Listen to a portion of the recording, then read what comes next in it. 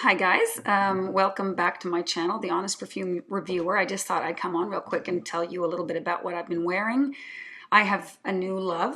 I have a new love at first sniff, and I also have some really bad fragrances that I'd like to warn you about, or maybe you'll be intrigued by my descriptions. You know, these fragrances might interest some people because they are kind of odd. And someone might find that they're odd in a good way. And then I also have like a little comparison. I have a few little comparisons that I've been doing lately, and I just thought I'd share those. So this is just kind of an unstructured video that's like kind of typical for this channel. I mean, I do sometimes make a list of my 20 favorite irises or my, I've done some list videos, but in general, I'm just like kind of a chatty person, just sharing kind of what I'm trying along with you guys and having a good little conversation, sort of conversation in the comments about these different fragrances. And I find that really fun. And it's just so special to have a channel where I don't have to feel any kind of performance anxiety. I just do this for fun. I use my own money. I can say whatever I want. If I don't want to structure it and make it perfect, I don't have to. And people, of course, don't have to watch. But anyway, when I had my perfume meetup, I was given, some little samples, and I bought some new things lately. And I've also rediscovered some things that I had in my collection. And I've been thinking for a long time that I was going to do like a whole video on all the vintage fragrances that I was given by Julia, who follows my channel. But I haven't gotten around to that, but I have, I might still do that, but I will also talk about some vintage fragrances like earlier, or some things that came in that box, because I just feel so eager to share with you. Okay, I'll just start with the love that I discovered this morning. I tried it for the first time. These little sample bottles, I think this is a Spanish site. They send these to you when you buy from their site.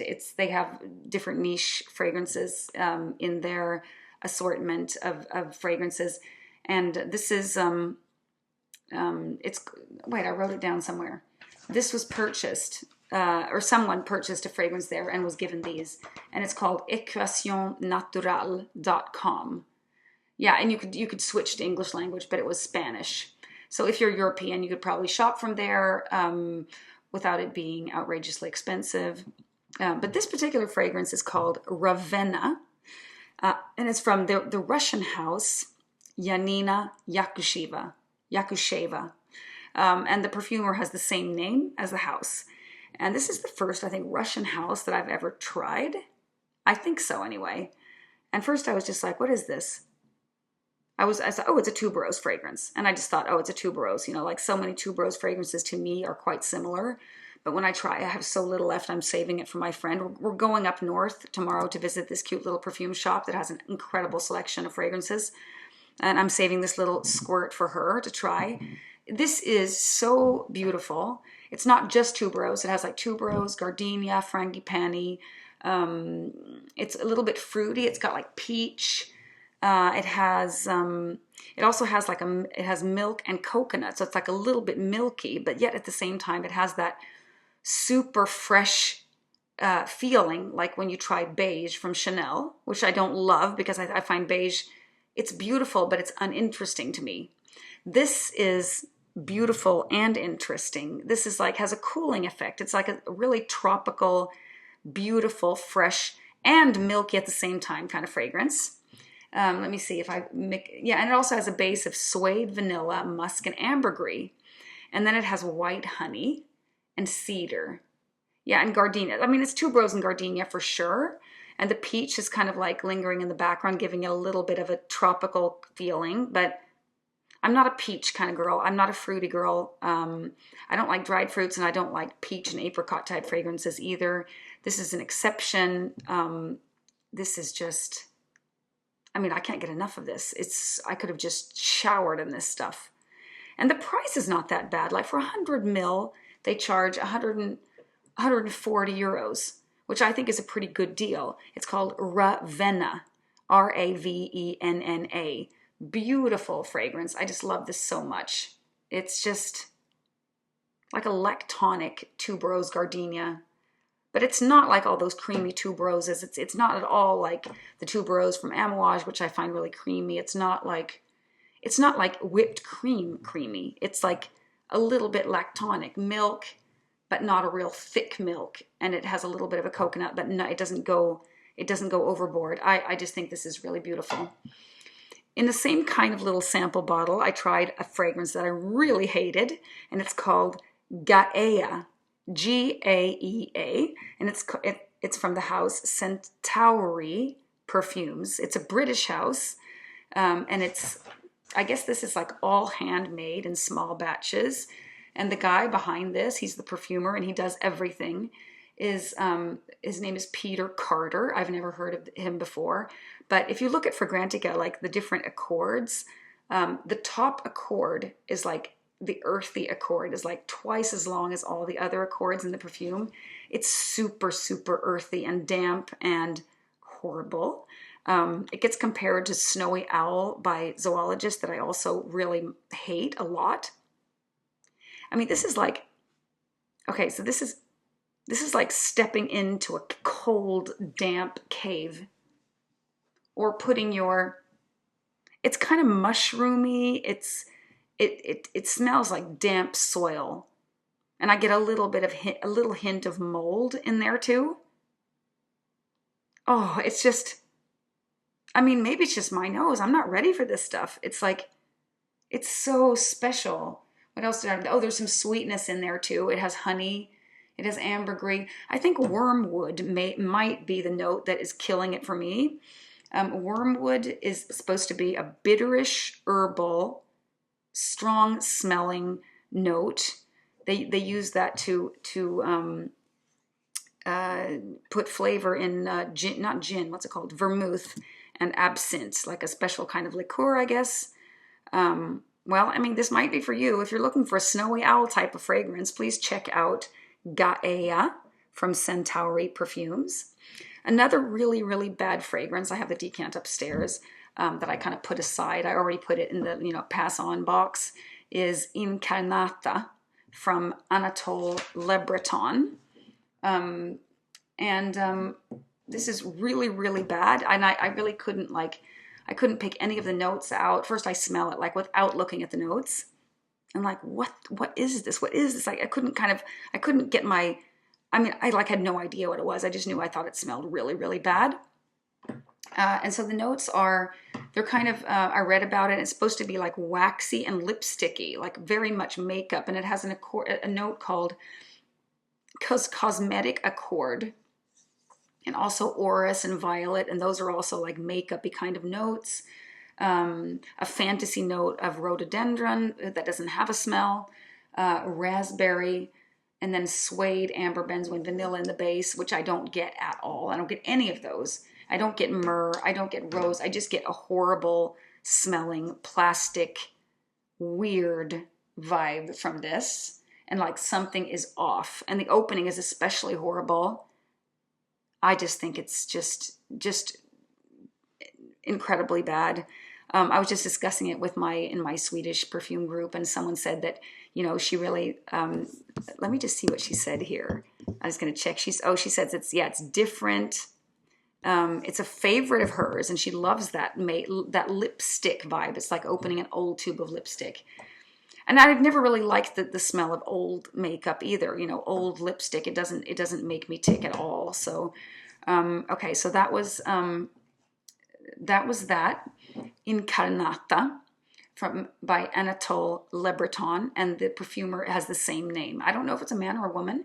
The price of this fragrance is 110 euros for 50 ml, which is not that bad. But I really hate the fragrance, so I guess the price point to me doesn't matter. Okay, so then I've been trying, I've been really interested in vintage after watching Ramsey's channel. Ramsey, if you look up Ramsey Fragrance, you can find him on YouTube. He is a guy from Texas, kind of a younger guy, or like younger than myself. I think he said he was 37. But he's all into like old school fragrances. You'd think he was an older man that had been around since the 80s. And I mean, he has been probably around since the 80s, but he wasn't wearing fragrance then, so he's kind of dug deep to find all these fragrances and to find his favorites. And I just got a hold of an 8 mil from 1986 of Bel Ami. Bel Ami from Hermès, because this I think is Ramsey's, one of his favorite fragrances, if not his very favorite fragrance.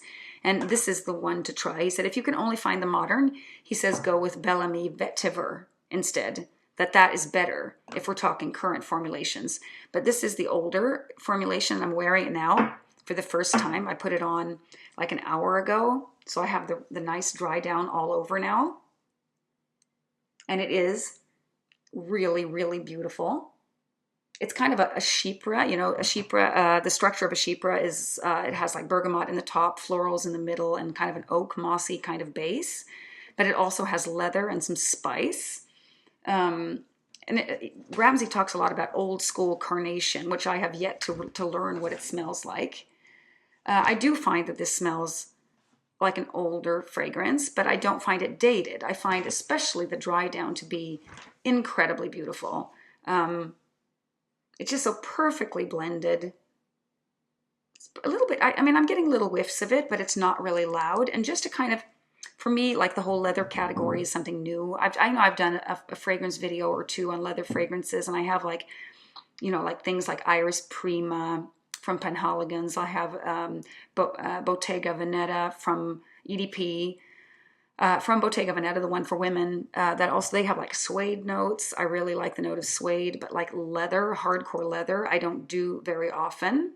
I have some fragrances that have the note of leather, but maybe not where the leather is so prominent. But I do have a little bottle of Falcon leather from Matiere Premiere, and it's kind of a modern leather fragrance, kind of like a Tuscan leather from Tom Ford kind of fragrance.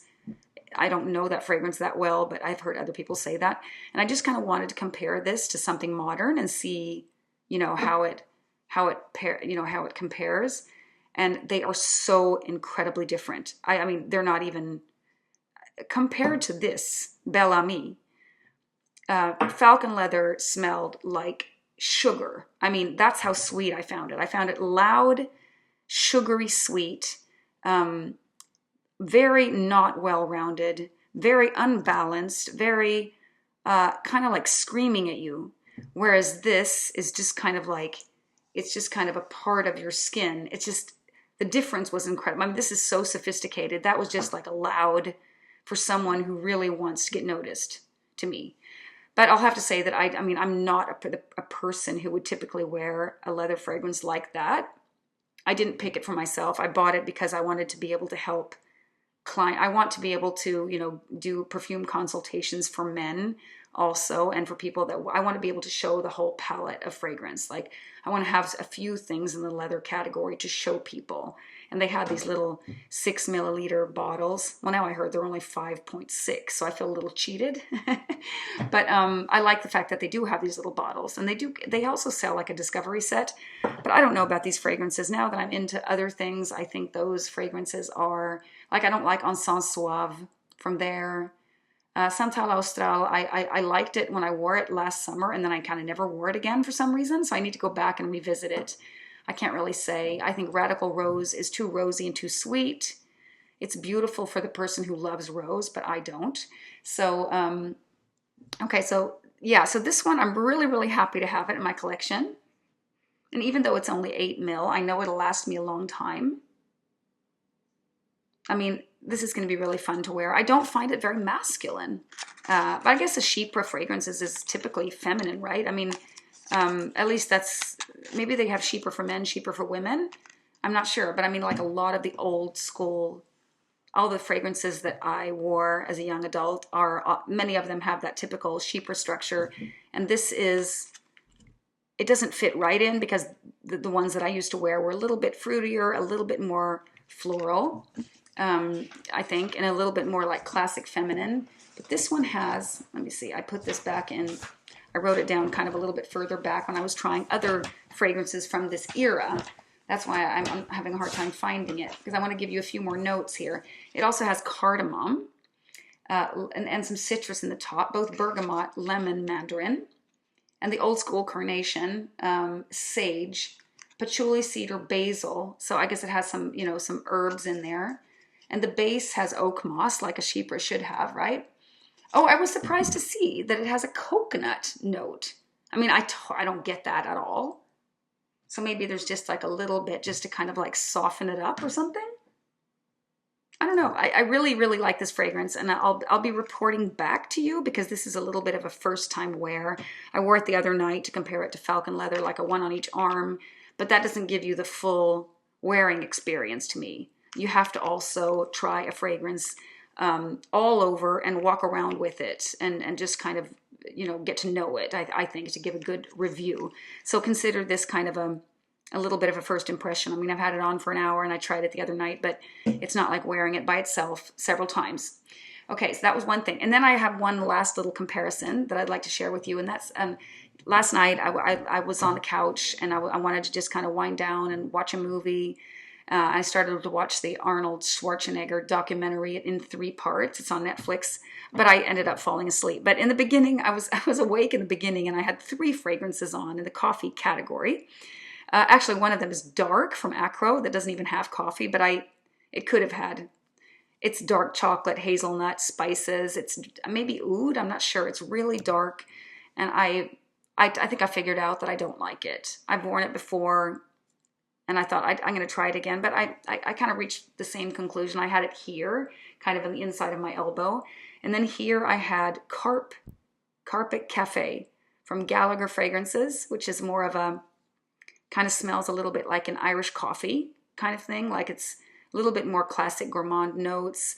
I think there's like a piney note there or some kind of fir. I realize I don't think I like it so much either. Coffee is a difficult note for me. Like I don't like, especially combined with like too much gourmand notes. Too many things going on like in the base and there's nothing to brighten it up. But then on the other hand, and this, I don't know if I like it so much because I compared it to these other 2 or if I just really, really love it. I'm just going to spray it now just to kind of remind myself, and I'll tell you what it is. It's Cafe Cabanel from Tio Cabanel. This was created by Cecile Sorokian. I thought Tio Cabanel was a perfumer. So I was happy. I was kind of happy and surprised to see that I follow her because I like her work. She has made material. This has a little of a material feeling. Now, this is like a floral. I think it's like a heliotrope. It has coffee in the base, but it also has it's just so beautiful. It has also like a powderiness, a floralness. It's kind of light, but that coffee comes through. And I'm surprised to see that I've actually, I've used more than half. And I know that I liked it. I just didn't know that I liked it this much. So I'm thinking a little bit that the comparison with 2 other heavier coffee fragrances made this one stand out more. So you should be careful before you buy fragrances. If you compare them with something that you don't like so much, maybe they'll stand out as something being, better than they really are. But I was excited to find something in my collection. And I consider my decants definitely a part of my collection. But now my full bottles I'm at the 50 mark. So I do need to let go of some things because I know that in the next week, probably by Wednesday, I'll probably have 2-3 new bottles in my collection from Fragrance and Art, this shop we're going to visit. And then later on in the summer, I'm hoping to maybe hit Paris or some other big major city and be able to, hopefully I'll get my hands on a bottle of Blanche Bête. I can order it online. It's just not as fun. And I would like to try it again. Someone was just putting out a split. They were splitting it, selling decants, and I bought a 100 ml bottle. And I was too late. She closed the split because I guess, she probably wanted to decant half of it and then keep the other half, and I was too late. So I think it's meant to be that I'm supposed to be getting my own bottle, although I am against 100 ml bottles. I think 100 ml bottles basically are a really bad idea. Okay, so what else was I going to say? If you guys have any recommendations for me from the houses, I'll tell you a few of the houses that they'll have at this shop, and you can tell me if there's any particular one that you think I should smell. They have Zoologist, they have Jules et Mad, They have Der Duft from Germany. They have Les Indemudables, Papillon. What else do they have? Perfume d'Empire, which is fairly inexpensive. And I've been listening to some reviews. I found a really old video with Sebastian. He looked so young. He looked completely different. It was really cute. He was like I wouldn't say he's a kid, but he's like a lot younger. And I just find that really fun to see. I did also scroll back in Demi Rawlings' feed and listen to her very, very first video that was all about makeup. And she was showing, the makeup she did for ballet performances. She was a full-time ballet dancer back then. And I didn't figure out how old she was, but she was under 20 for sure. She had a completely different voice. And it was just really, it was nice. And I kind of stepped forward just to see, how her channel has changed. And I think that she's kind of, her personality-wise, she's definitely herself. She's not trying to be someone, but I also see that she's being captured by these commercial interests. And I so much recognize that from my own business journey. Because I came into the food business and I was a food nerd, just as much as I'm a perfume nerd now, I was into food. I had cookbooks on my nightstand and I read them before I went to bed, and food was constantly on my mind, and cooking things, learning things.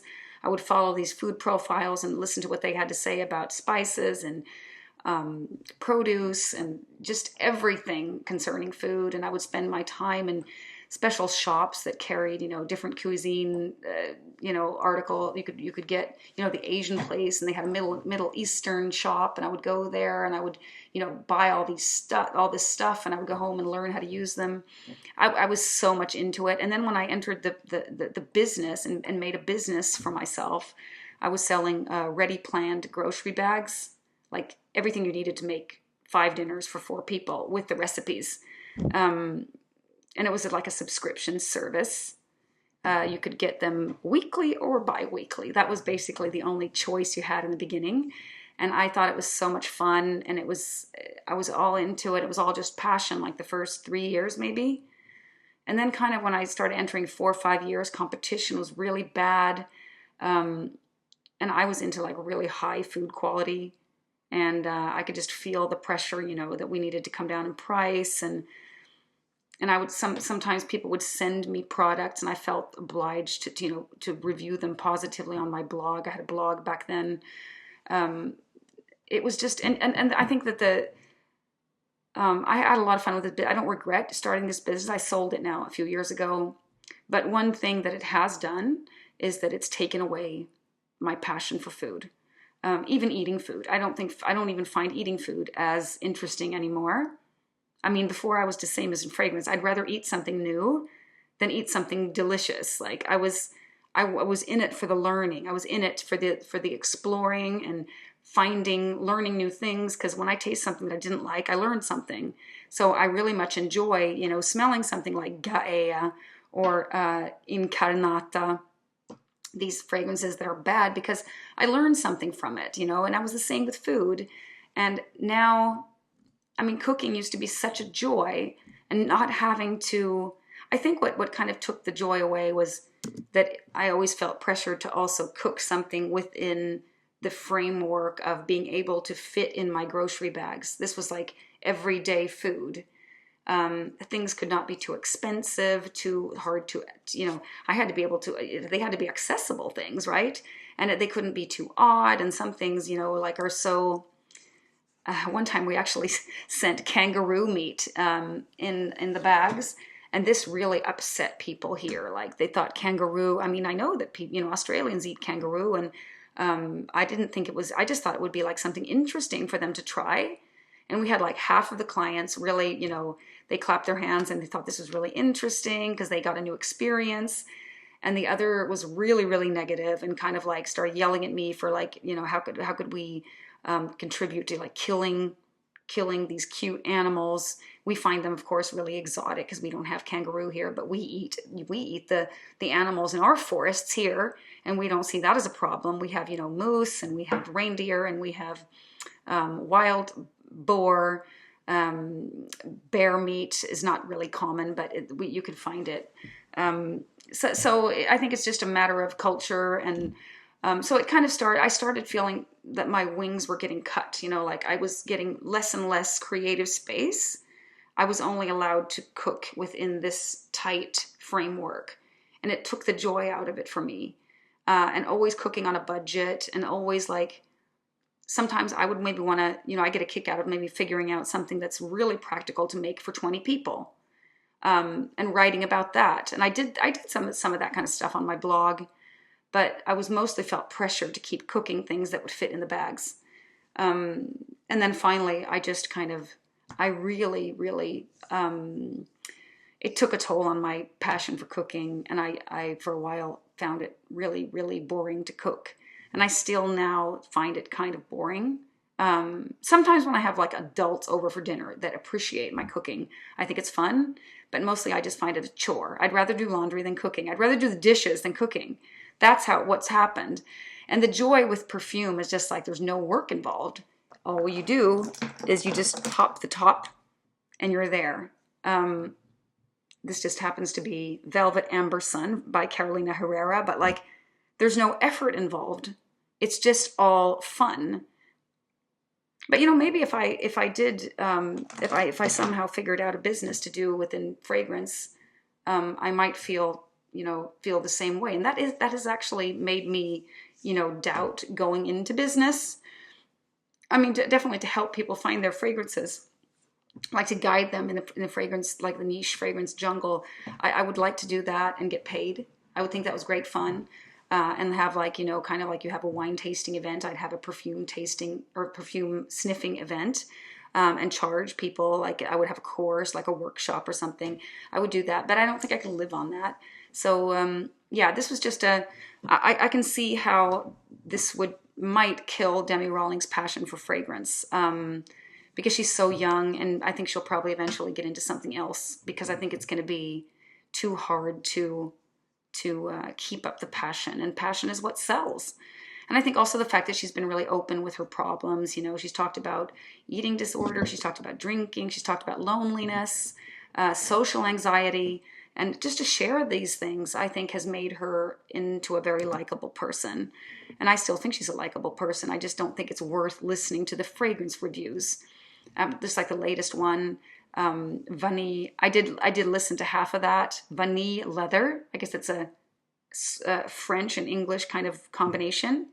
Vanille in French and leather in English, from BDK. This is apparently, it's not very leathery, so it might be good actually. But BDK is, I know that they're like, Demi and her boyfriend are like friends with the BDK people. So of course she's going to do a great review. Otherwise she wouldn't even be doing a review. So I mean, I just know that even if it's not a sponsored video, she did say actually that they'd sent her the bottle, but like, it's not trustworthy to me. I can't do that type of content. I really want to hear from the ones who are spending their own money. So yeah, that's me. So that's what I've been wearing lately. What have you guys been wearing? I love to hear from you. I love the comments. Yeah, keep them coming. And are there any special videos, like topics that you'd like me to cover? Please mention them down below. Otherwise, I'll just kind of keep my chit-chatty kind of style and just share with you the fragrances that I wear and that I've been trying. I have some things that I want to try again before I share with you from the Julia box. Oh, I do want to say one thing, actually. I did try a flanker of Shalimar, one of the new, more modern ones, that I didn't like. And it was the Souffle Intense. Shalimar Souffle Intense that came out in 2017.